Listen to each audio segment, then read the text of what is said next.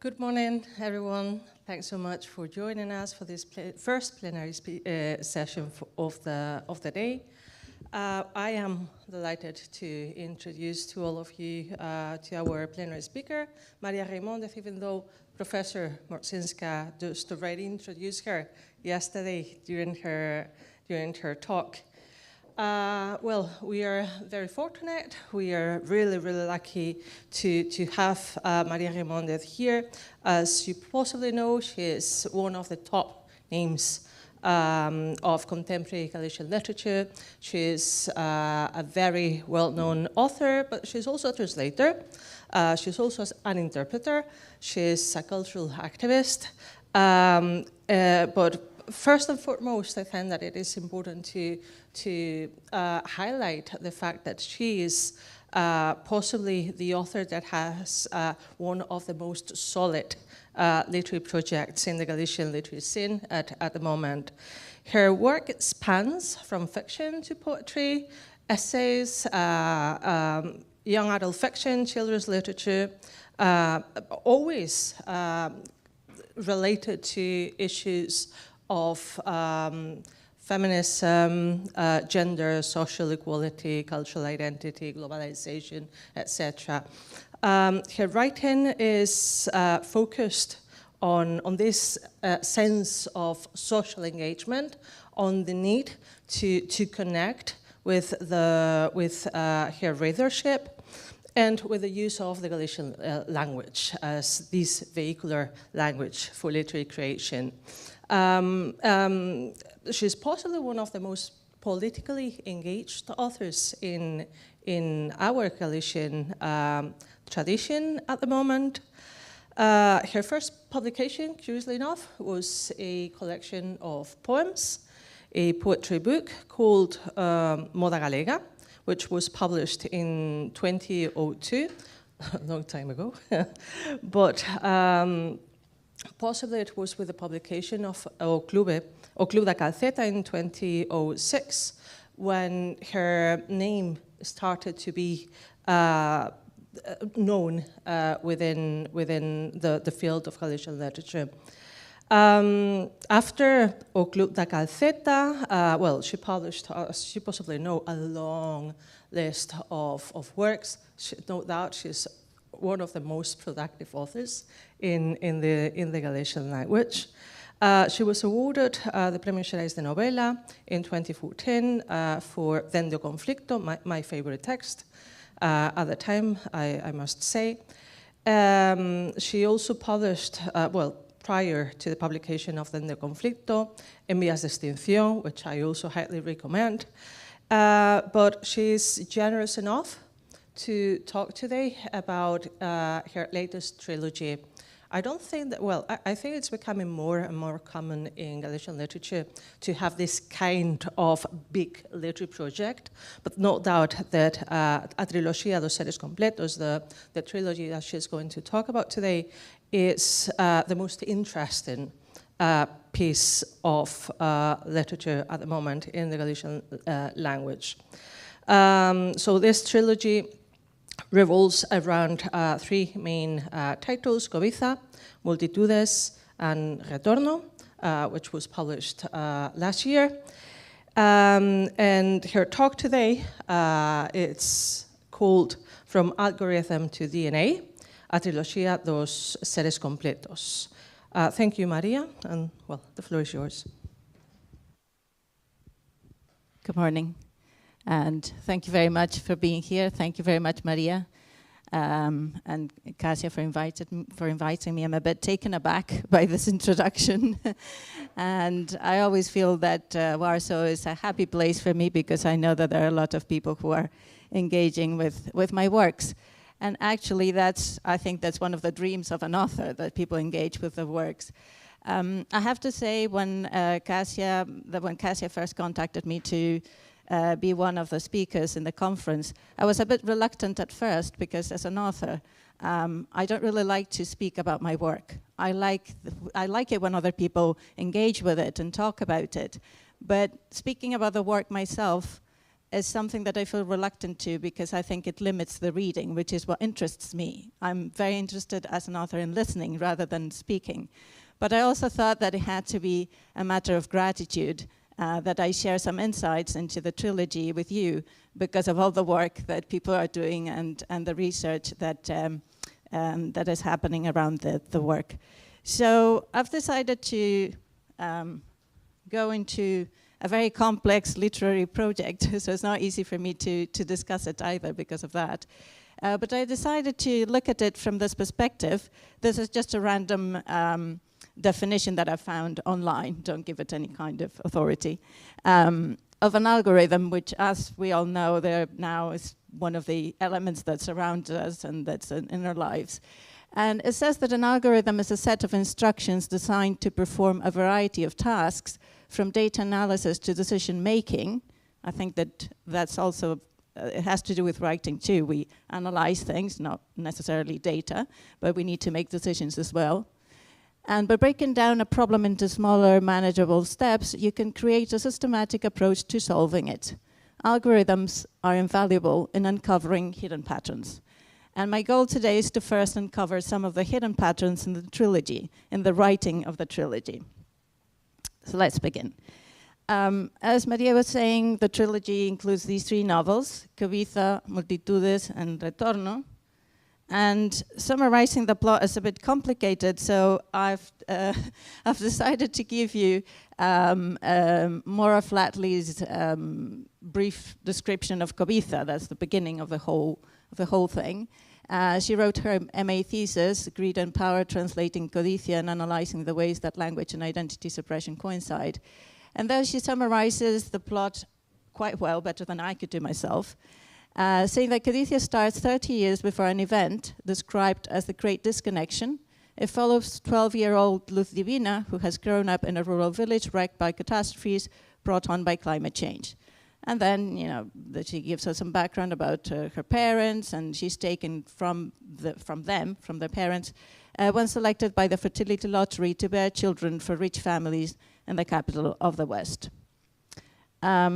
With each successful pregnancy, she's awarded an education and works as a scientist once her breeding days are over. Due to ongoing fertility issues caused by the increasing inhospitable world, Luz is asked by the large corporation she works for, which is called LifeCorps, to take on a secret project and moves to a remote location with her lover. She succeeds in creating a new species of beings created from plants, referred to as the complete beings, but keeps her success secret and instead develops a community of them. Now that is the first timeline in the novel. There's another one. There's a secondary story that follows 3 of the complete beings as they are kidnapped by humans for labor and taken to a different place. This is later, it's a different timeline, it's many years later. The 3 beings that we can get to know are Dandara, Sedong, and Tassi. So the whole trilogy develops after this experience. They are captured. Initially, we do not know why and how. And the whole trilogy develops after that. Okay, so in order to create an algorithm, we need to first have some inputs. And in my case, and I think that in the case of most dystopian novels and science fiction in general, the inputs are reality itself, as the contemporary reality in which we are. So we have the Mar de Plásticos, the Sea of Plastics, it's already floating around in the ocean right now. And it has a huge surface, and it's just plastic floating around in the ocean. We also have surrogacy centers. This is part of the novel when, you know, Luz is taken to a farm. It's called Oviveiro. That's where women are kept to breed humans. Well, this is actually already happening in many countries in the south. We also have, I'm not sure whether you've heard about this, but Albania has appointed the world's first AI-generated minister to fight corruption in the country. Good luck with that.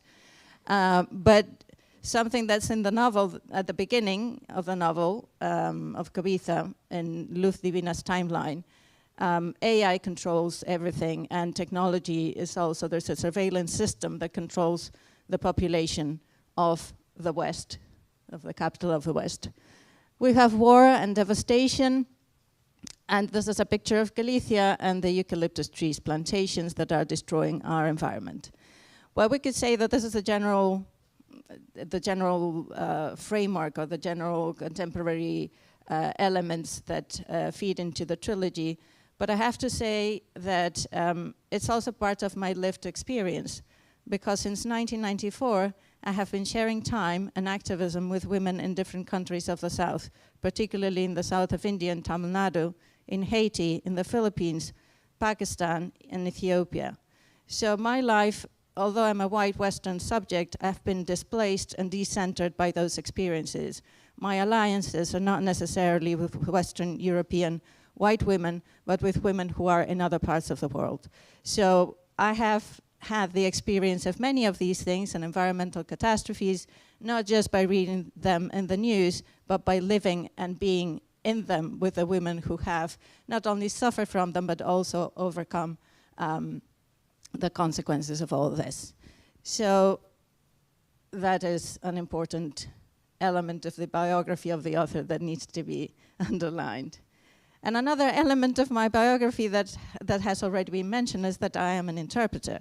And as an interpreter, I have access to spaces, to science, to technology, because I am working in environments in which many of these topics are discussed.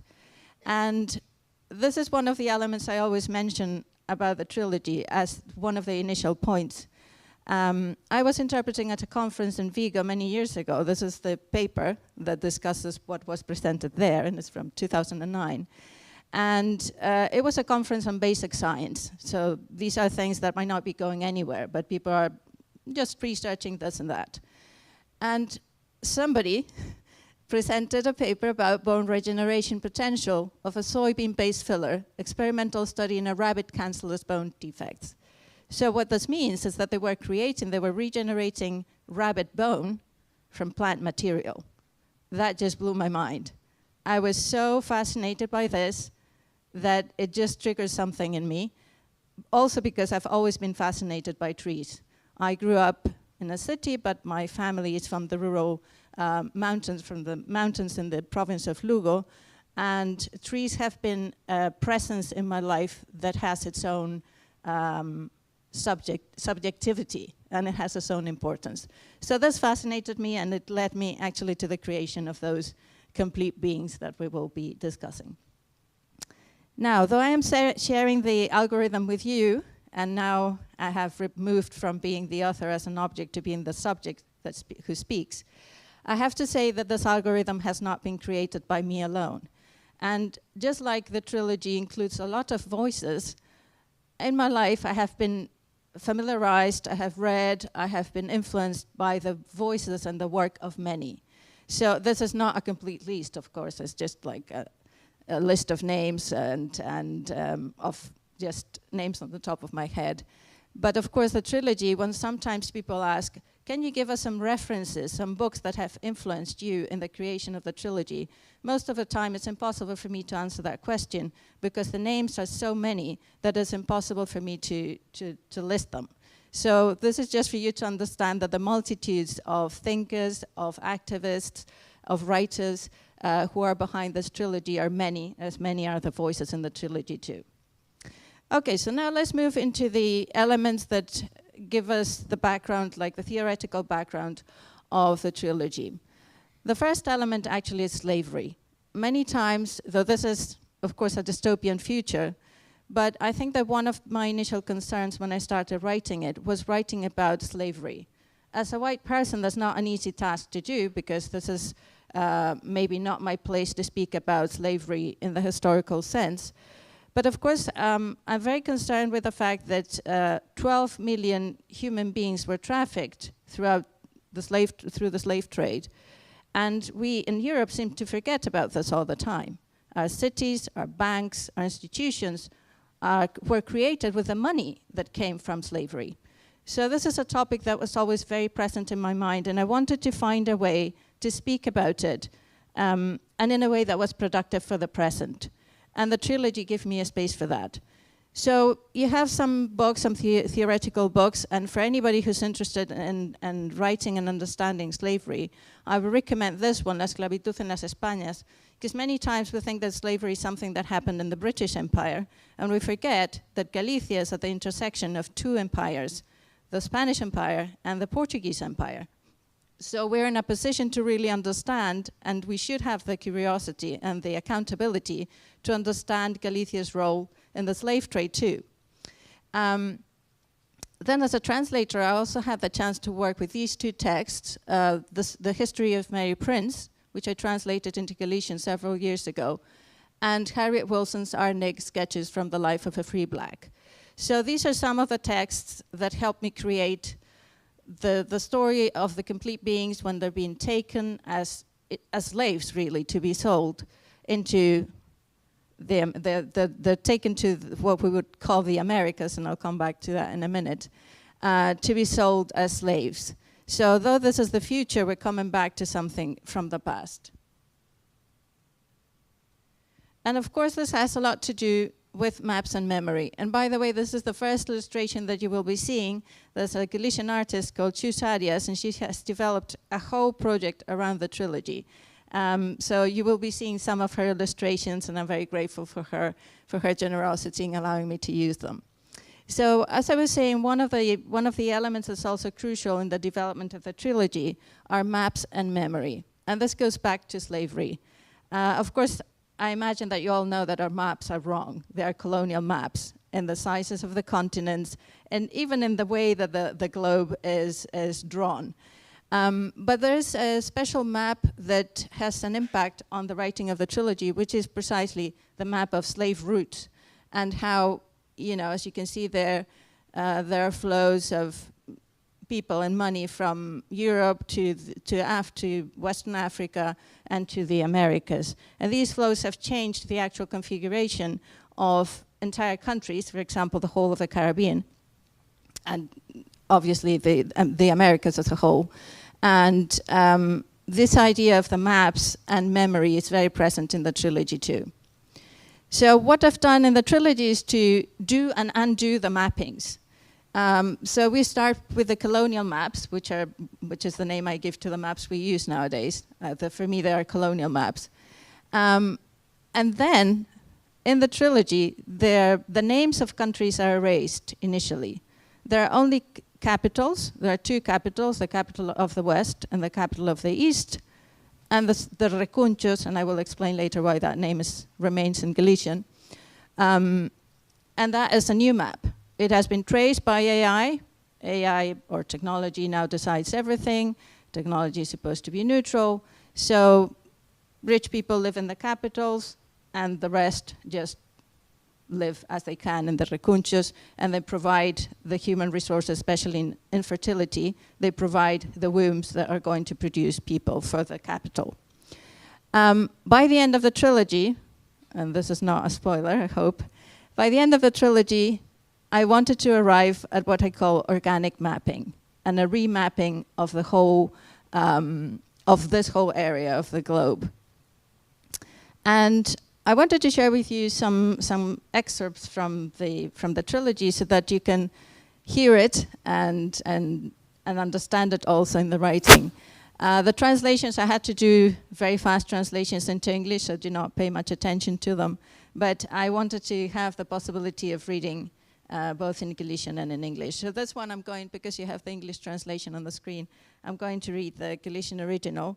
This is from Retorno, the last book, and it's a fragment that tries to bring us back to the idea of maps. Cando empezaron os berros, Rubén estaba no seu lugar preferido, o despacho do seu pai mirando os mapas. O frío rematara había uns días, e por fin podía subir a parte de arriba da casa sen que os dedos se lle quedasen feitos carambos. Aqueles papéis fascinábano. Tocaba as fronteiras dos continentes coas xemas. Ninguén sabía xa se o planeta seguía tendo a mesma contorna. Antes da gran desconexión, encomendaran as medicións ás máquinas que aínda hoxe se dicía que enchían de lixo o espazo. Despois da gran desconexión, xa nada diso tiña sentido. Ninguén falaba dende o ceo, nin sequera Deus. as familias recuperaran os mapas antigos en papel, o único que sobrevivira. E dando papel reimaxinaran os camiños, aqueles camiños que o trouxeran ata aquí, ata o continente que en algún momento se denominara América. Antes había yala, antes simplemente fogar. So in the trilogy, there's also an attempt at discussing memory as a collective exercise. Many times in the West, we think that memory is an individual endeavor. But in fact, the trilogy tries to bring always different perspectives around the same thing. And a reflection stems from this in terms of what memory is and how collective memory is created. For example, we have the stories. In the stories that we're told, we have the character of Agnes, later Theo, who has been brought up after the Great Disconnection in the families, who are like the rich and powerful. But of course, taking into account that there's no technology, so humanity has gone back many, many, many years in terms of their capacity to produce wealth. Theo has been brought up with the idea that the Great Disconnection was created because poor people exploited the resources that were supposed to be kept for the families. This is the narrative that this young person, Theo is a teenager, has been inoculated by the society in which they live. Now, when it comes in contact with other narratives and with the realities of other people, that's when this hegemonic character can start questioning the stories that they have been told. And the same thing goes in the trilogy. There are a lot of voices that help us understand the different perspectives on time, experiences, and memory. So we have, for example, Luz Divina, who is the main character before the Great Disconnection, and her Tia Andres, who helps her understand how they have come to the situation in which they live, of environmental degradation and great disparity and inequality. And then, of course, we have the complete beings. They also have their own story and their own history. They have also been told a story, and there are some of them who are called Ketam, que tienen memoria, those who have memory, and who are the first beings who still met Luz Divina, their creator, while she was alive. So those beings still have the memory directly of what Luz Divina told them. All the others only have the memory through the other complete beings. So there's a bit discussion about memory and how memory is collectively created in the trilogy. Then another aspect that has to do with something we discussed before is many times people, when they read the trilogy, because it speaks about infertility and being forced to produce children, at least in one of the timelines, many times people say, oh, this is like The Handmaid's Tale. And I always say that The Handmaid's Tale has no bearing on this trilogy at all. I read the book when I was at university in the 1990s. I thought it was interesting, but I also find Margaret Atwood a very a controversial author, in the sense that she's not in the Canadian context, because she's a white author who's made some unfortunate statements about Indigenous writers. So for me, the actual reference names and the reference cosmologies that I've used for the trilogy have more to do with the Indigenous writers, in this case of the Americas, for that part of the book. And there's actually a book that's mentioned in the trilogy as such, and that book is Sanak. Sanak is a book that was written in Inuktitut, the language of the Inuit people of Canada.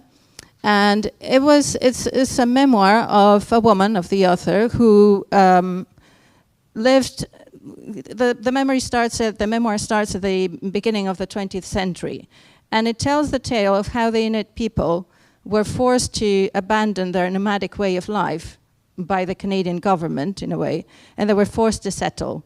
But that book contains a lot of knowledge of how the Inuit lived with their environment, their ways of life when they were a nomadic people. So there comes a time in a trilogy when the different Indigenous peoples who are now all together trying to fight the families and who've lost contact with their communities go back to these books, because they help them understand how to live in a continent that's now frozen most of the time or too hot most of the time. So the Inuit are the only ones who have the knowledge to live in that environment, to travel. They have the knowledge about the landscape, and they have the knowledge of survival. How do we live? How do we eat? So in the creation of those moments in the novels, I drew from many writers, many indigenous writers of North America. And as I said, I even mentioned Sanak specifically in the novels because I think that it's so important for my creation of this environment. And this is a way of also, as I said at the beginning, of considering myself, of course, a hegemonic subject because I'm white and I'm European, but who has been decentered and who makes an effort to be always decentered. In terms of the things that I read, in terms of the voices that I listen to, in terms of the struggles that I identify with. And another aspect that has to do with that is the idea of epistemological theft. So in the novel, all these individuals who are rebelling against the families in the second timeline, they're also fighting epistemological theft. They've been removed from their communities. This is nothing new. This is actually the present and the recent past. If we look at, for example, the history of Canada, there's still so much discussion, and the whole Truth and Reconciliation Commission and reparation for the damage that the Canadian government has done through residential schools, and how Indigenous peoples were taken from those communities and removed from their culture. So it was a cultural genocide, and it's also a form of epistemological theft because those individuals do not have access to the knowledge of their communities. So this is another topic that is discussed in the novel. And Alma, who is one of those individuals, speaks about this event like this. I think about the words caught in the fog that Tahoro, who's her sister, taught me, and that slowly disappear after her passing. I think about how small a legacy I have to leave to Teo, who is her son. The loss hurts, especially because it was a theft. We could not learn a language because they destroyed our communities, because before that, they filled them with shame and ideas that told us that what we knew was useless, until it was the most useful thing ever. Then it was too late, for me at least. Maybe we can still graft our roots. Maybe, even if we cannot return to the language that was stolen from us, we can start sharing this one, Galician in her case, alive but dying. We can be part of a world that sprouts again from another root, because that is what language is, a root, many roots. And that a language and a culture survive is a matter of care and willingness. And this brings me to the next topic, which is language and naming. And in the novel, in both timelines, in the first timeline before the Great Disconnection, there's just one language. It's called the single language. But in fact, there are two in the world. There are two single languages. And the single language that the novel discusses is English, as the language of hegemony. And that is why, but underneath that single language, all the other languages are still alive, but secretly alive.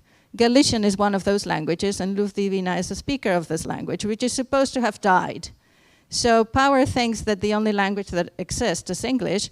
There are some words that have been filtered through that language and that are incorporated in it, such as recuncho. Recuncho is a word in Galician that's really difficult to translate. It's literally a corner or a nook somewhere. But a recuncho is also in their understanding of life. A recuncho is something that's on the periphery. And that's why there's the capitals and then the recunchos, which are places that are irrelevant, just some hole over there. But as I was saying, that single language has the capacity to incorporate some words. This is what English does. It there's this whole idea that English is a very flexible language, and it incorporates. And if you look at Indian literature in English, and it's English but with some words in between of another language, forgetting that that language is a full thing and that it has its own literature and its own speakers. So in this case, power thinks, like the power centers think, okay, we have the single language, all those other languages are dead. They've left us some words, such as recuncho, but they don't exist. In fact, Luz Divina and her family, her community, they still speak Galician. It's only written by hand, because machines cannot read, in case you didn't know. They can't read handwritten stuff. So that is the language of resistance. And this is the language that she passes on to the complete beings. The complete beings' native tongue is Galician, because that is what they learned from Luz Divina. And this will become relevant also in the trilogy. So the languages are conceived as languages of resistance, languages other than the single language, which is English. But there's also a ton of information in the naming. It's not just the language and the struggles and how many languages are named and how people are linked throughout the trilogy by this idea of speaking languages that are languages of resistance. When the complete beings arrive in Turtle Island in the Americas, they find a lot of people who also have their own languages of resistance, who speak the different languages of, as I was saying, Inuktitut, or all the other languages of North America in their case. And they understand the position of resistance that those languages entail. But one way in which I have very willingly decentered the readers is through the naming of the characters. And I have to say that some readers are very curious, including Chus Arias, and they have tried to research what these names are. Some people are annoyed because the names are very foreign and they don't understand them, and it's difficult when you're reading, and that's what interests me, to make the white Western reader uncomfortable. But every name in the novel has a history, and some people go and find out what they are. I'm not going to explain all the background of all the names, but all the names are definitely a piece of this algorithm that you can uncover by looking at what they mean. And finally, another very important element in the algorithm has to do with the idea of translation. We speak, and of course I do because that's my job, and I have a PhD in translation studies. We usually speak about translation in the sense of languages, but there's also biological translation, in the translation of genes, for example.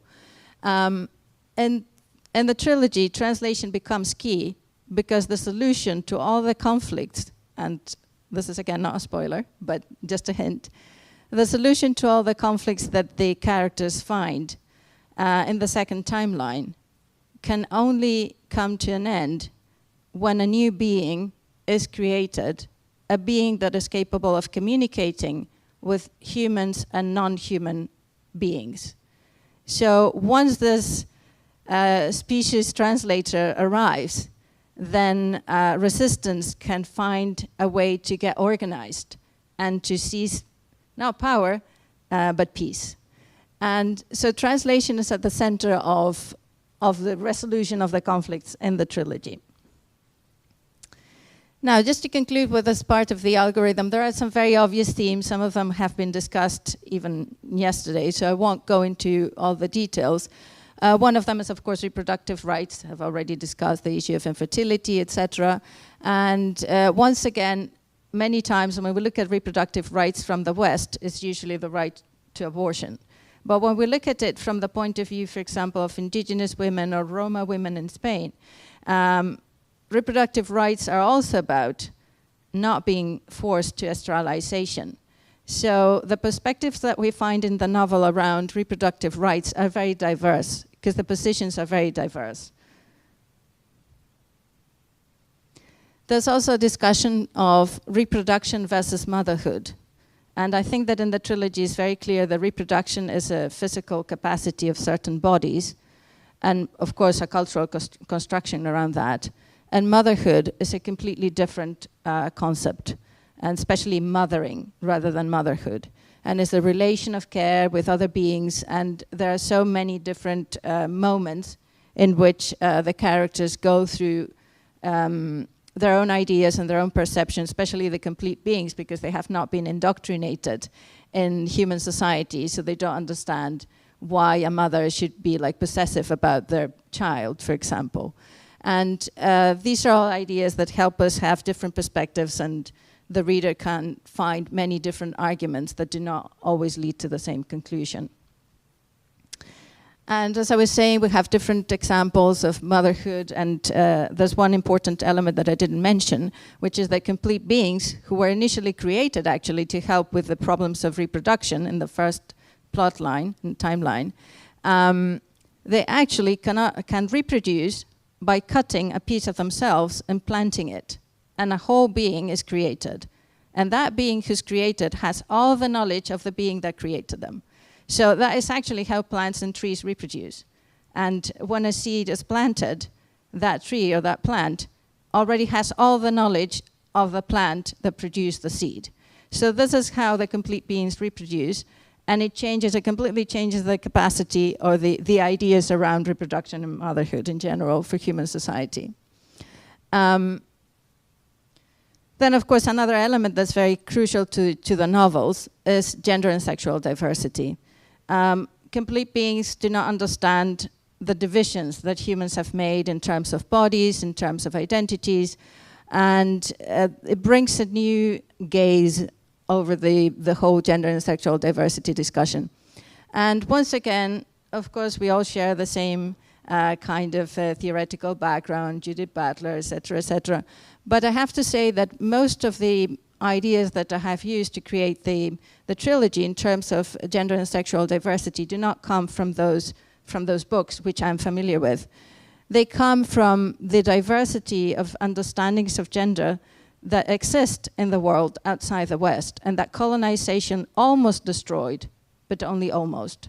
So there are so many communities around the world who still have a complete different understanding of gender diversity, which is part of the variation of the human species, and who still, despite all the violence, go back to their own histories, to their own stories, and create their own communities from a different perspective. And you have some references there.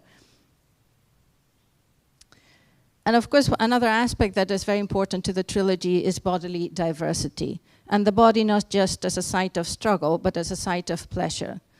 There are many moments in the trilogy in which the characters, of course, are subjected to violence, but they're also subjected to care and to warmth. And bodily diversity is also something that affects the actual diversity of characters that we find in the trilogy.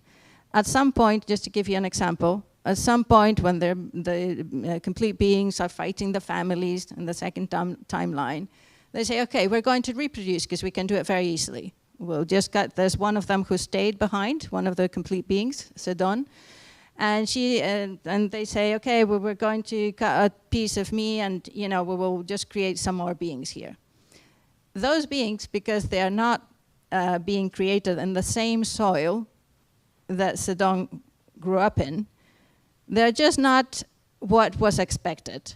Sedong doesn't care. Only humans realize that one of them doesn't have legs. Another one is a bit strange. It's not fully human. It has some sticks as arms. But for complete beings, this is just part of variation, of diversity. And those beings are capable of doing everything. So this is, again, another way of thinking about bodily diversity and how, when we speak about, and this comes, of course, from crypt theory, when we speak about ability and disability in human terms, that is also another construct that we need to fight against, and that the complete beings do not have. They don't understand these ideas of bodies that are more suitable than others. We're all bodies, we're all capable. And finally, the issue of technology. The defining moment in this trilogy is the Great Disconnection. And the Great Disconnection means, well, I couldn't be here speaking to you because we wouldn't have electricity. We wouldn't have tables. Who can make a table nowadays, a complete table? Everything comes. The supply chains are so long that even a screw for a table has not been produced here. So, at least in Galicia, not so long ago, we were capable of doing making almost everything. Objects, the things that we need to live. We knew how to grow our food. Now everything is mediated by technology, be it in terms of transportation, be it in terms of production.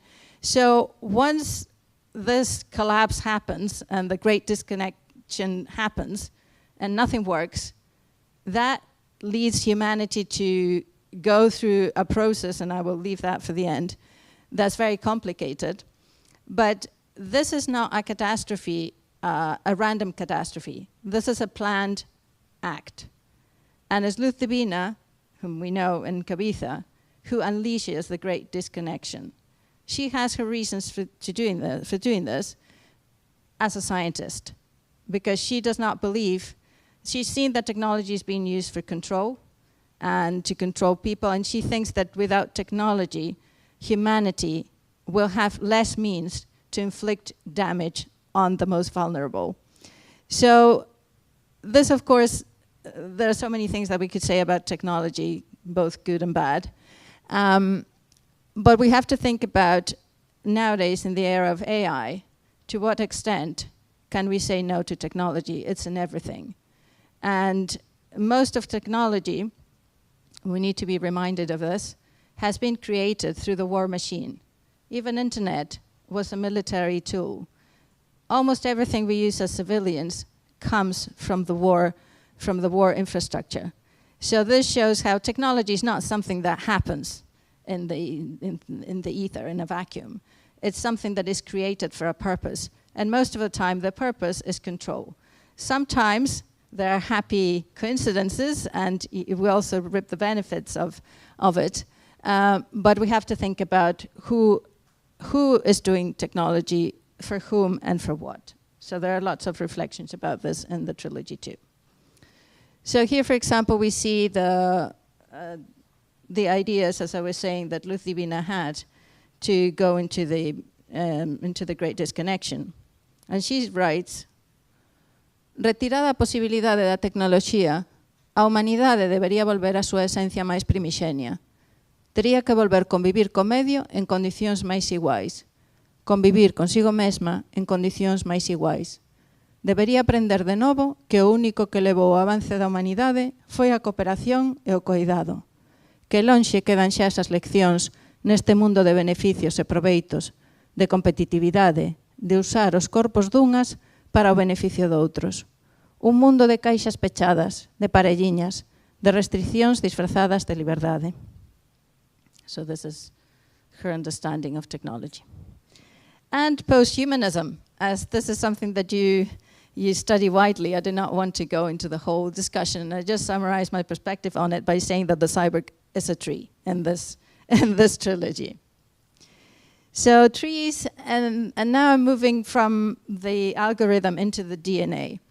As I already explained, the trees, but not also trees, we also have animals, even bacteria, have helped me create voices that give us a gaze from without and, I would say, with side.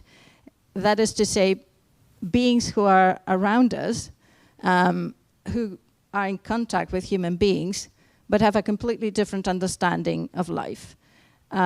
Trees and plants are the only beings on the planet that do not grow older with time. They grow stronger. So they have a completely different nature and perspective of things than animals, and of course humans are animals, because their lifespan is very long. And as I said, they become stronger and stronger every time. So these are some of the references that I used. This is a fascinating book that I had the chance to translate. It's for children, but I would recommend it for anyone. It's a fascinating book called The Language of Plants. And it helps us understand so many things. We have only started researching trees and plants recently, but the more we delve into what trees do, how they communicate, and we understand that they are sentient beings, not in the animal sense, in a completely different sense, but their whole body is an organ. They can hear, they can see, they can smell, they can communicate, they can warn, and they can even kill. They can kill their attackers sometimes. So the idea and the perspective of a being that lives so long and that has priorities that have nothing to do with humankind, because trees create ecosystems, and they're concerned about one another, and there are experiments that show this, was what also sparked the creation of these beings and the creation of the actual trilogy. I'm going to skip this to move to the next thing. And I'm going to speak now about the DNA, because so far I have been speaking about the background and the theoretical underpinnings of the trilogy. But that is theory, of course. And this is literature. So how can we bring that theory into a work of literature, into a novel? And that is the most difficult part. And that's what I call the DNA, is the organic part. How do we manage all this information to create a story? And a story that is interesting, that is compelling, that is moving, and that speaks to its readers. I have a YouTube clip, but I'm going to leave it till the end, because this is, again, to show you why trees and plants and other non-human elements are so crucial to the story. So I won't have time to go into all this. I've just selected a few things, and then we can, during the discussion, you can ask me about any of those aspects. So when I speak about the DNA, as I was saying, it's about what I'm trying to discuss is how to create the story. And there were so many difficulties in writing these books. The plot itself is quite complicated, and it has to be understandable for a reader. There are so many things happening in this trilogy. There are huge time leaps. There are characters who are children and then are teenagers by the end of the trilogy. There are characters who are in one space and they move to another space, as we have seen. There's travel, there's everything that you can think about. There's combat, there's all sorts of things happening, many things happening in a plot that's very difficult to summarize. It has to be experienced. And this is one of the things that I really wanted to do as a writer, and that is the DNA of the trilogy. I can't share with you the plot. You have to read the book to experience it, because it's not something linear that I can share, like, oh, this film is about this and that. No, it has to be read. And then, of course, it's the time. Managing time was very complex, and it forced me to use different literary resources to do it, and we will see that in a minute. That also meant that all characters are evolving. No character remains the same in the trilogy. They all change, and that is also part of understanding of nature. Everything is changing. So if you remember when we started, we had some complete beings. Each of them had their own personality, but that personality changed in their contact and, in inverted commas, contamination through human contact. The trilogy includes the complete beings, and it includes humans, but it also includes what they called complex beings. That is, beings who are born of a complete being and a human. So in the end, it's a new species that is developing. And of course, there's a lot of work with language. From the beginning of the story, the complete beings do not have a gendered language.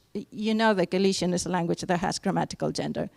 So that is, in itself, is an effort as a writer to write characters who initially do not have gender as an understanding. Because when they speak about people, they don't understand what is male or female. As I said, even the ways in which they speak change, because they start understanding why humans use gender and what that is. So that in itself involves a form of contamination. And one thing that I was really concerned about in this trilogy is what I call individualized forms of speech. There are some parts, we will see that now, some parts of the novel, of the novels are narrated by an omniscient narrator. Some of them are narrated by others, but there are some characters who have their own voice. And for me, it was really important that each character had their own ways of speaking, that they had their own personality through the language. the trilogy is also, that's why telling the plot is so complicated, has been written like layers of soil.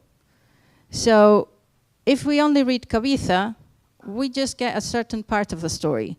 If we want to understand really why, for example, Luz Divina did what she did, we have to read Multitudes and we have to read Retorno. Until we read the 3 novels, we do not come to a full understanding of who the characters are. For example, Kalpana, who is Luz Divina's partner. And we know her in Kavitha, we know that she's important, but we do not really know who she is. She's actually a migrant from the capital of the East. And her story is completely different to all the other characters because she fled from the other capital of which we have no information about. So it's just by reading through those layers that we come to get the full understanding of what's happening in the trilogy. And when we speak about structuring and pacing, I just brought here, so that you understand the complexity of it, the structure of each of the novels, the internal structure. So in Kavitha, as we were saying, we have 2 timelines. One of them, Luz Divina's story, is told by an omniscient narrator. We have Luz Divina's oblique voice through her diaries and her notes, her lab notes. And then we have the characters who have their own individual voices. The 3 complete beings. Tassi initially is the wise one of the 3. Sedong is very suspicious of human beings. And Dandara has a very mathematical mind, a scientific mind. But as I said, these 3 characters evolve in their own personalities. Multitudes, it's a multitude, it's a multiplication of voices, because one of the ideas of this novel is that resistance happens through a multiplicity of efforts and through a multiplicity of beings. So in Multitudes, we have, again, many different styles, many different voices that come together. Again, we have an omniscient narrator with different points of view in the first part, which is called Terra. And this is what happens in the Americas, because at the end of Kavitha, the 3 beings are now in 3 different places. One of them has remained in the Americas. They were brought there as slaves initially. And the other 2 have gone back to, well, they think that they're going back to their home, which is in Africa, it's in Benin. So they're traveling on a ship. So the first part of the novel continues what happened at the end of Kavitha in the Americas. Then we have Adiante, which is traveling at sea, and we have new voices there. Because in fact, they do not arrive in Africa as they thought they would, and this is, you can think about Christopher Columbus in reverse. They arrive in Galicia, and they find the last speaker of Galician. So some of them stay here, others continue their voyage. And then we also have the backstory of how the complete beings were taken in the first place, which is told in Atrás. And Tempo is again another going back to the Americas. So the plot moves back and forth, and it uses different ways of narrating the characters and their struggles. And for example, in this part, Atrás, when we're back in the home of the complete beings in West Africa, and Gogi, who is a child, who has a child, is narrating her story, but at the same time there's a voice, the voice of bones who speak in poetry.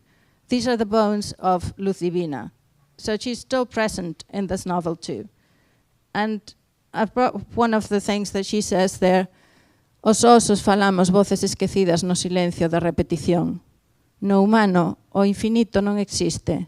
Ata a dor atopa en algún momento o seu repouso. So Luz Divina is no longer alive, but she's still part of the story of what happened after she passed. And then Retorno, I think, is the most scientific of the 3 novels. And it starts with the name of a plant or an animal. And of course, all of this has to do with a plot, and each of the parts also has the voice of a bacteria. So I didn't write all of it because it's too much information, but anyways, for you to have an idea. Enredadeira is a plant that is often found in Galicia as an endogenous plant. So that is the plot that's still happening in Galicia. Arenengis bibola is indigenous of Benin in Africa. So we have some other information there, tuberculous. And then one of the ways that I found to go through some difficult parts of the plot, which is especially the big voyages, the big journeys. At some point, the complete beings who were in their home in Benin realized that if they want to stop exploitation, they have to do colonization in reverse, in the sense that they have to go. So in traditional Western colonization, the colonizer left Britain or Spain or Portugal, and they travel to the Americas and other parts of the world, and they just attacked those places and they dominated those places, etc., etc. But nobody came from the indigenous peoples of Brazil to Portugal to stop them.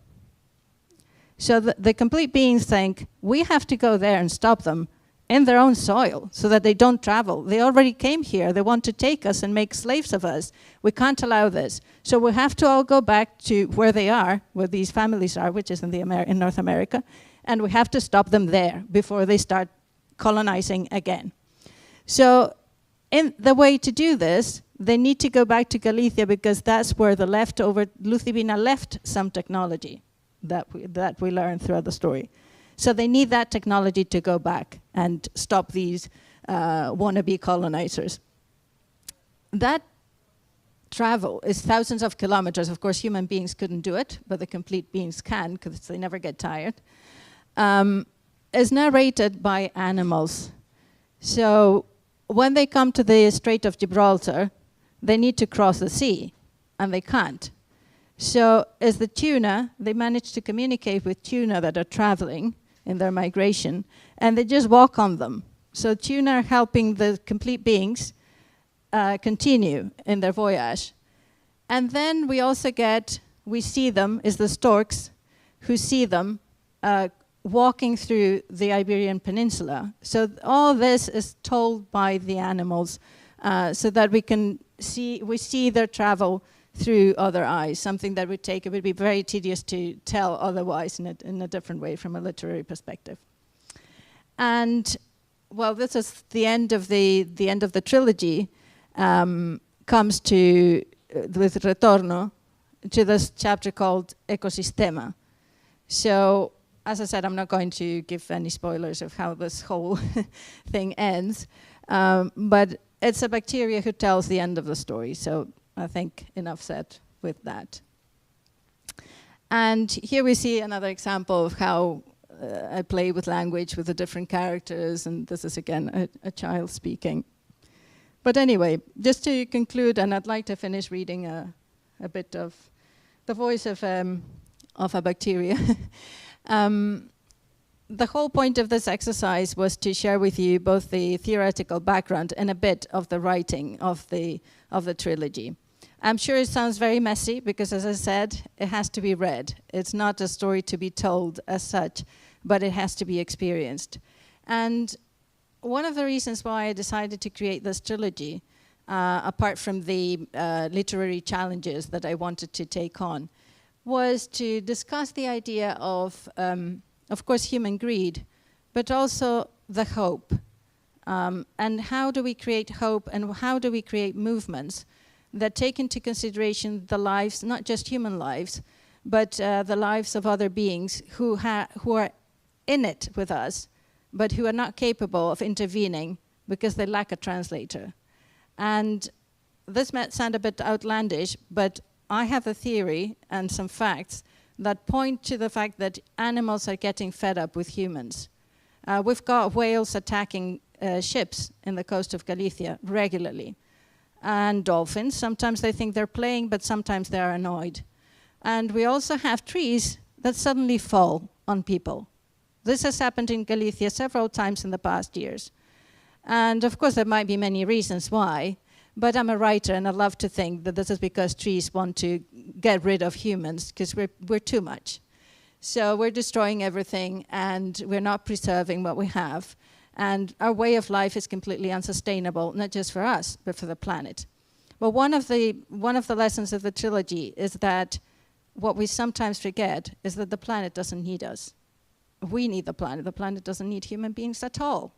And plants and animals and everything will survive without us. And I'm sure they will have a happier life.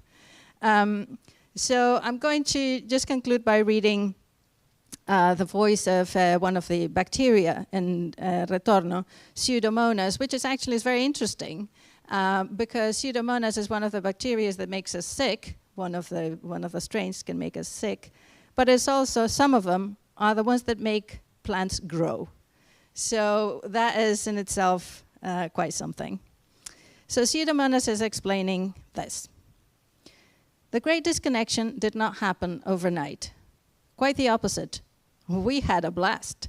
In fact, the capital of the West took some time in communicating it. We shall not discuss the capital of the East here, because they knew that as soon as the news broke out regarding the outage of the world surveillance system, the borders would fall and the capital would be invaded by the marginalized, or so they expected.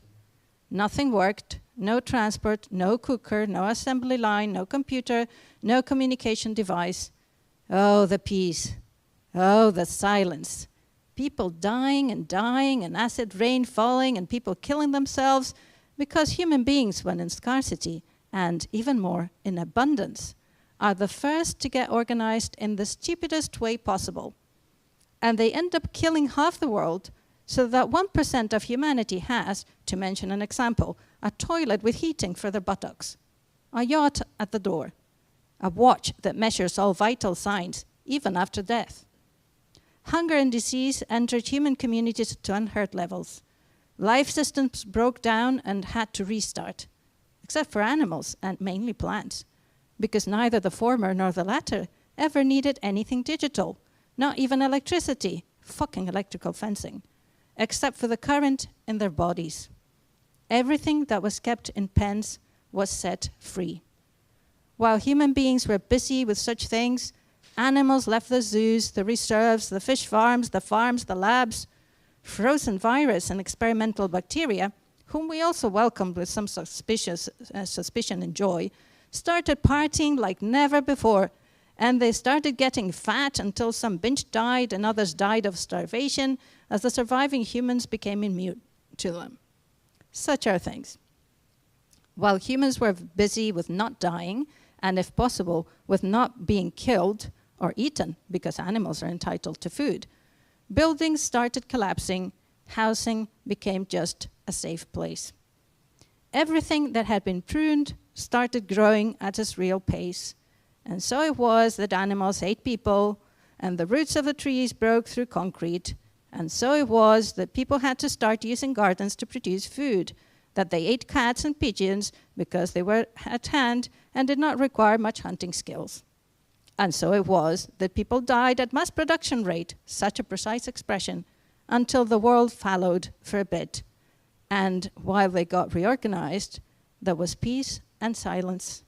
All living beings celebrated, except for humans, sure.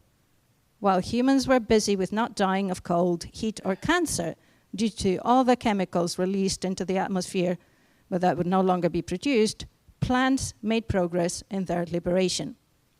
Because the planet, regardless of how much at some point people thought otherwise, belongs to them. As soon as humans and animals lose track a bit, plants are there to prove their point. We, bacteria, live in symbiosis with them, so we know. All living beings inhabit the earth because plants and trees let them. However, they are so discreet that when a living being is particularly stupid, or we could say human, they do not even realize of this fact, and least of all, they do not act accordingly. Thank you.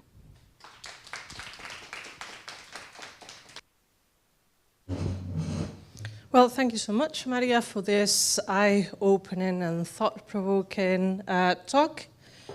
She was very generous to share with all of us the complexity of, this process of writing a trilogy, the challenges that she had to face during this process. And well, we as readers, I guess that we are not always aware of how much work exists behind the creation of such a complex work. So it is time now for questions, for comments, to share your thoughts with us. I guess that Maria will welcome questions in English, Galician, Spanish. Yeah, while you think about it, do you want to watch the video that I wanted to show? Yeah, because it's very surprising. Because I don't know whether you know that they just found out that plants emit sounds. Have you heard of this? Well, we can't hear them, but plants actually release sounds. And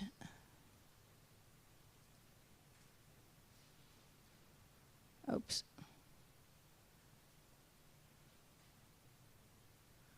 Somebody has managed to find a way to translate those sounds so that we can hear them. So I will show this to you in a minute when I find the link. There. Well, this is not, it's fungi actually, but anyway, you'll get the point.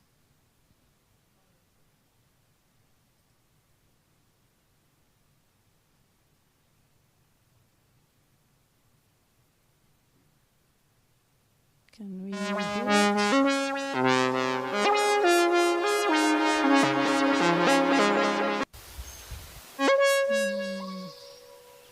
It was working before, I'm not sure.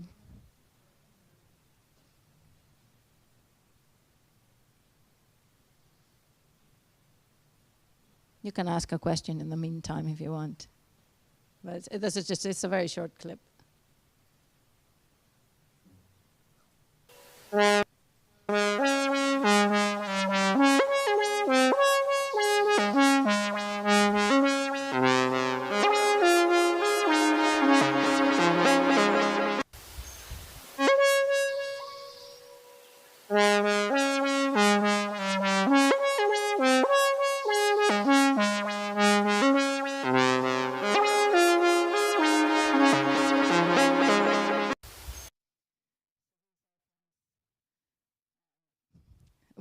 I was going to say speaking, but I don't think that's the word. We do not even have words to describe what they do.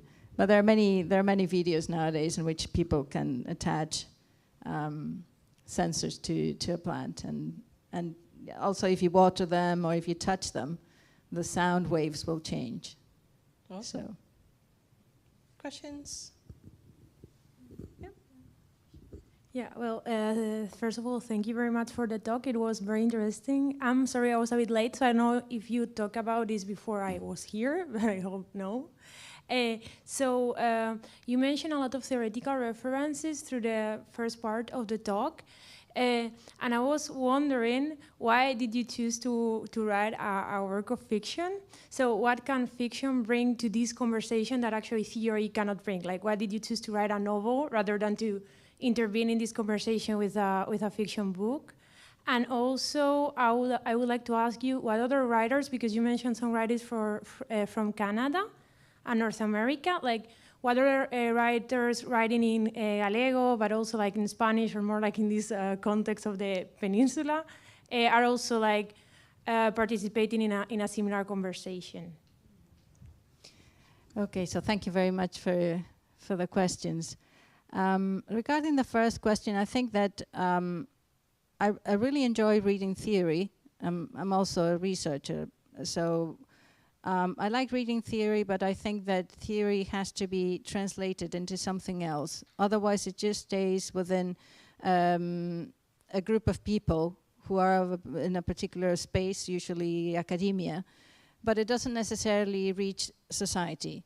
And I think that is one of the first reasons why I write in the way I do, because I think that through literature we can bring ideas that have been developed through research into a wider discussion. But more than that, I think that literature has the capacity to provide, and this is one of the key elements in the trilogy, so many different perspectives about things. And besides, it provides lived experiences and emotions. And I'm not trying to say that theory doesn't convey emotion, because it does. Of course, it touches us and it moves us. But when you're reading a work of fiction, the story is being told in a different way. And people they can have a completely different type of engagement with the theory that supports the work, because literature is not a theoretical work. And it's a work that might use theory, but is there to help us enjoy a story and think and engage with reality. So I think that literature has the capacity also, so far is the only means we have to go into somebody else's thoughts, to go into somebody else's experiences that are not necessarily akin to our own. And that, for me, is one of the big points and one of the saddest things about people not reading, because we lose the capacity. I'm not going to use empathy, because we've all read Sarah Ahmed, and we know that empathy is many times like an empty word. But it gives us the flexibility to think outside of our own box and of our own body and of our own context. So that is, for me, the most important thing. Then regarding your second question, I actually, when I write, I don't usually like reading things that are similar to my writing. I like reading theory, but for example, if I'm writing about slavery, I like reading about slavery, but I don't like reading in that moment. I don't like reading novels about slavery because I want to develop my own language around the topic. So, of course, there are many writers in Galician who are, we saw it during the conference, who are writing dystopian works of fiction or even poetry about motherhood, like Yolanda Castaño. So we have this, I always say that we never write in isolation, and people usually say that writing is very lonely, etc., etc. I say no, because we never write alone, we write in a community. So, of course, I write in a community of Galician writers, but I couldn't pinpoint anyone, because I try to, when I'm developing a story, I try to keep myself a bit isolated from similar stories so that I can develop my own ideas. But of course, I am part of that community. Even Rosalía de Castro wrote stuff that is a bit science fiction-y, like El Caballero de las Botas Azules or Queer. So, you know, all those influences are in me. As like the tree, the tree taking from the soil, of all that is in me. But I couldn't give you like specific names that have had an impact on the writing of this trilogy. Yeah.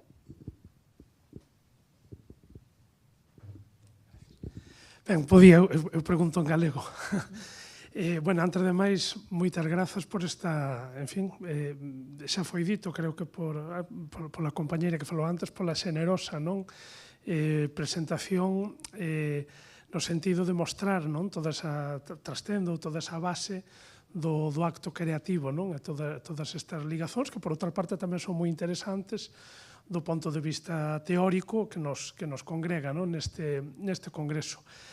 A miña pregunta ia por aí, pido disculpas porque o meu inglés non é bo e pode ser que algunhas cousas teña perdido, por tanto, pido xa de antemán disculpas por se é redundante con algunha das cuestións que foron abordadas ou preguntadas. Pero eu quería preguntarche se, digamos que esas dúas esferas, a teórica e a ficcional, que son complementarias, pero están digamos, en esferas independentes, se en algún momento non pensaches incorporala como metaficción ao propio acto creativo, é dicir, problematizar dentro da ficción todo ese proceso de lecturas, de descubertas na medida que unha investigación o é, o propio, é dicir, que o eu autorial estea máis presente relativamente a todo ese background que utilizas ou que utilizaches. E nada, moitas grazas. En inglés ou en galego? Okay, so... Podo responder en inglés. Yeah. So thanks for the question. Actually, I was concerned about being boring, so I'm happy that at least some people were not bored, because it's very complex. The explanation is very complex. Now, going back to what you're saying, it's actually interesting because I didn't want to have an author's voice. There's no author's voice in this trilogy. There are many voices, but I wanted to create a polyphonic space. So the trilogy doesn't pursue a goal in terms of advocating for something or trying to present a single thesis. There are so many characters with so many interests. All of them are united against the powerful. But even within the powerful, there are some who change their perspective because they learn to understand, like there's hope for the hegemony in a way. But my literary project is not about making points. It's about creating characters that trigger conversations. So my voice as an author is not really present as such. And besides, one of the reasons why I started writing Cobitha initially was because I was coming from a Ciclo dos Elementos, which Kasia mentioned, and Maria as well in her introduction. And those are novels that have a single perspective. So that was, for me, the aesthetics is a very powerful motive. The exploration of language, of ways of telling stories, it moves me to write. So I was coming from a Ciclo dos Elementos, which are all very complex novels, but very deep psychological novels about a single character. So I wanted to move out from that single perspective writing. And that's what led me to initially start with a trilogy. I wanted to have something that's very polyphonic, that I'm not just trapped by, okay, this character and this person is like this, and she sees things like this, this is her development.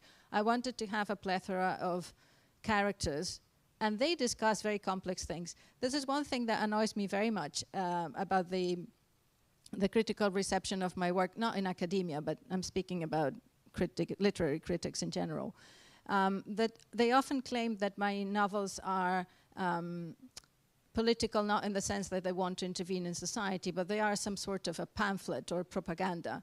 And I think I feel actually pretty insulted by it, because whatever I'm trying to do is not prove a point, but open a discussion. So, and I'm trying to create a work of art. I'm trying to create something that speaks to people on different levels. And characters in my novels discuss things that, of course, are important to me as an author. They discuss them in their own terms, and I am surrounded by people who discuss those things. So this is not fiction. I don't know who those critics are surrounded by, but I'm surrounded by people who are concerned about the environment, who are concerned about colonization, who live in the aftermath of colonization, who discuss and talk to one another about how do we come out of the situation? How do we create movements? How do we create alliances across our differences and our different experiences? And how do we find hope in a moment in which warmongering is ongoing and there are so many conflicts and catastrophes and crises? So my novels are about that, are about those people. And in the trilogy, people, of course, discuss colonization. They discuss their experiences of losing their languages, of losing knowledge, and they discuss their experiences of pleasure, of mothering, of reproduction, of relationships. They discuss all those things. I think that what characters have to do, because that is what works of literature are about. It's not necessarily my point of view. And particularly in the trilogy, that's what I wanted to do. I wanted to have as many perspectives as possible. Nobody can say, oh, the trilogy advocates for this type of reproduction or for this type of mothering model. There are so many models in the whole trilogy. There are so many ways of coexisting.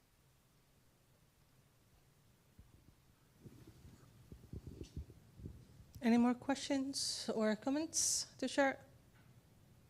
Yeah.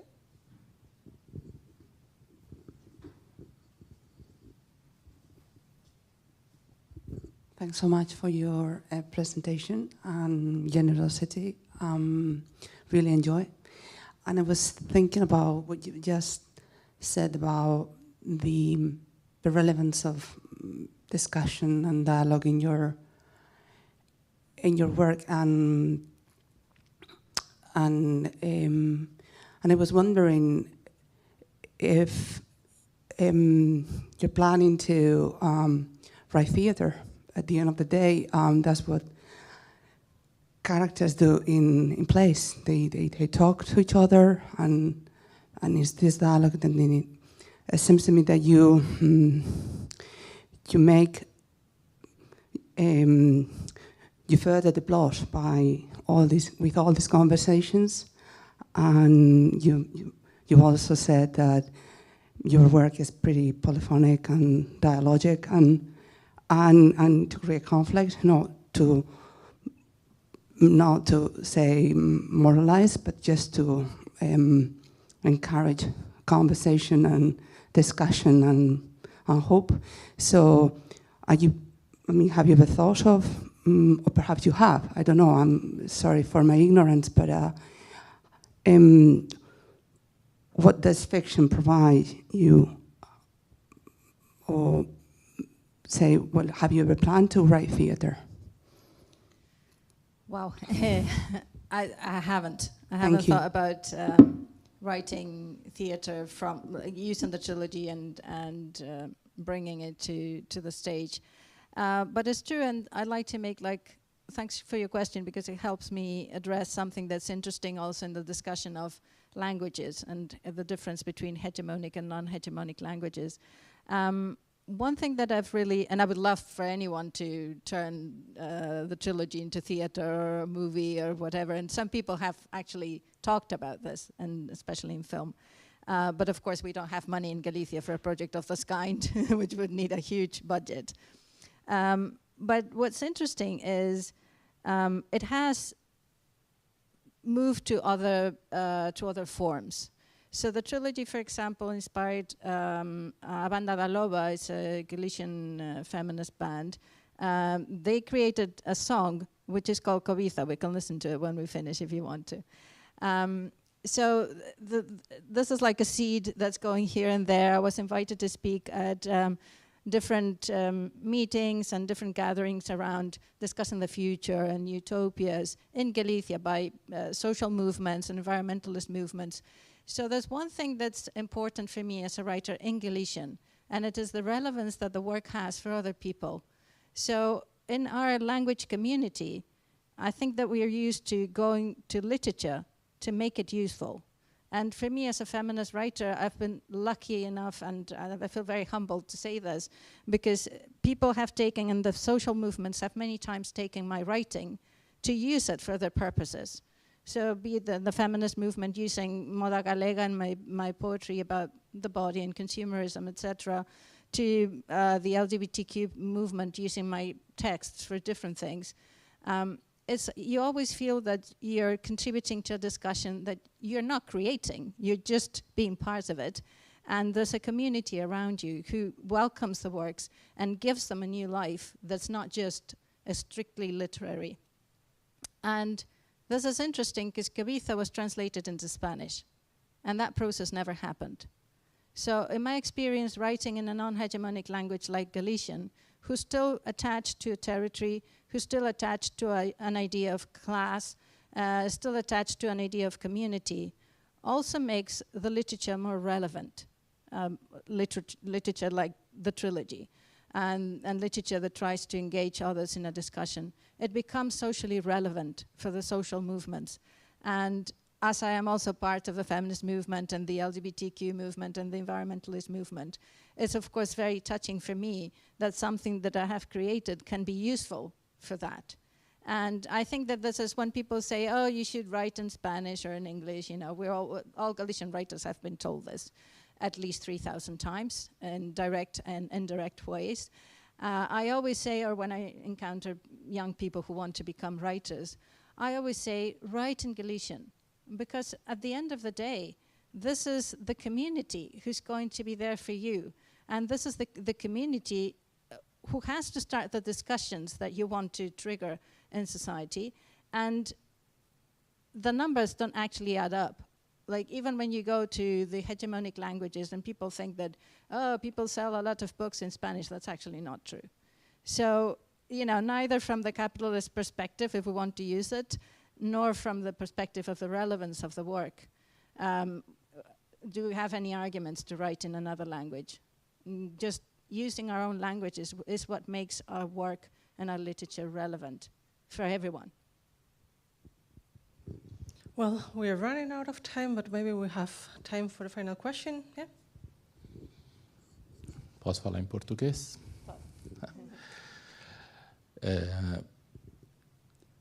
Eu achei muito interessante a tua apresentação e também toda a construção, toda a obra, né?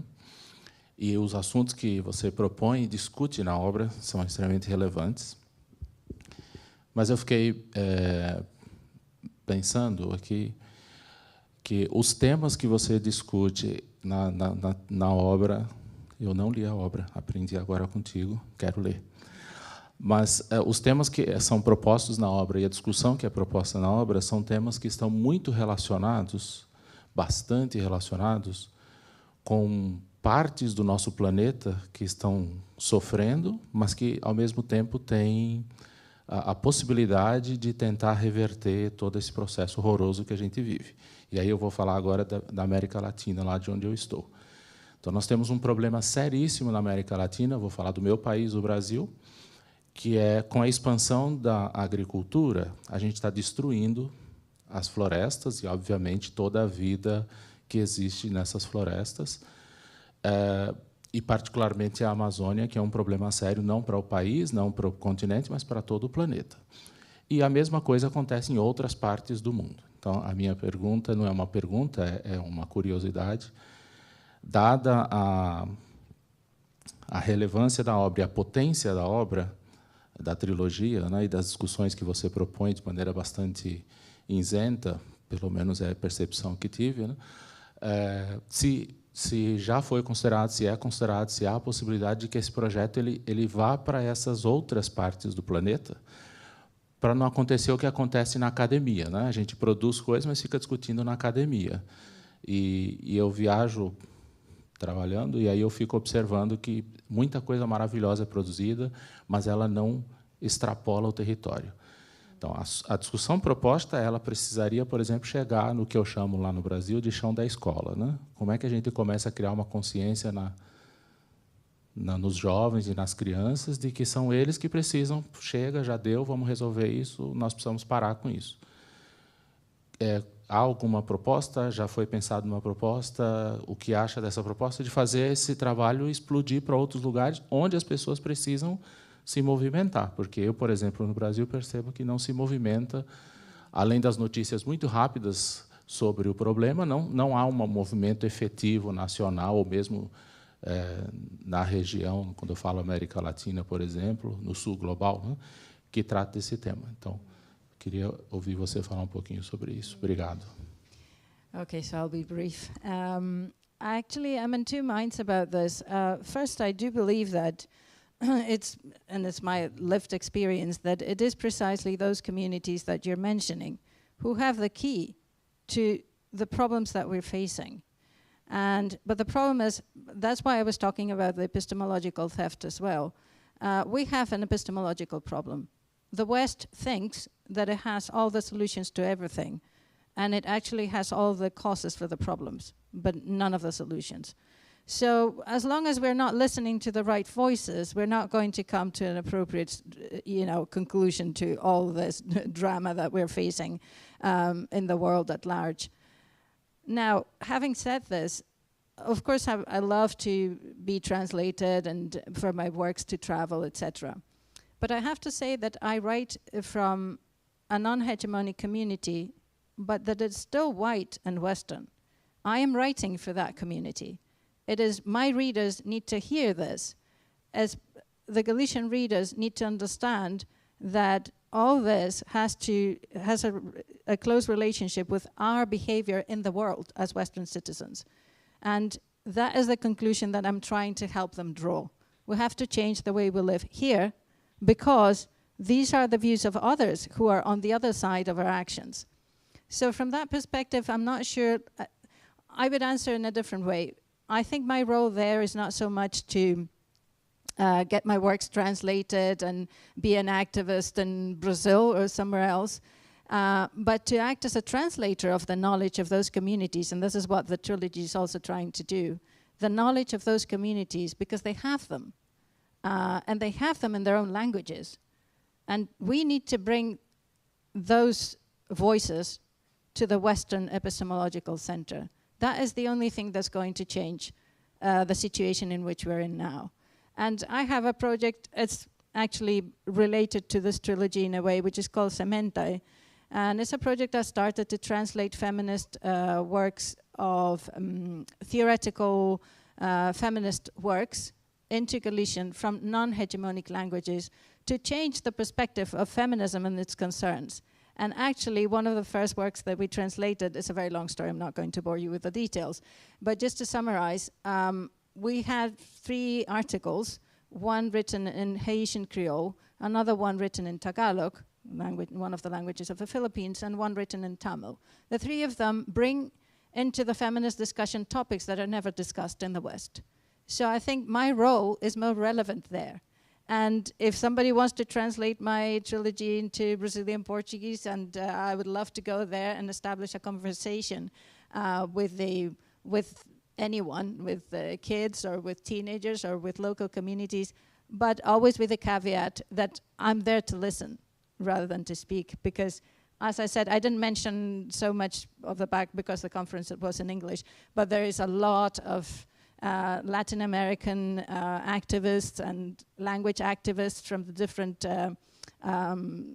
indigenous languages and the whole of the Americas that have an impact in the trilogy, because I read them and I listen to them. Well, thank you so much, Maria. Thank you to all of us, to all of you for for sharing your thoughts with us. And I think it's time for a final round of applause. Thank you so much.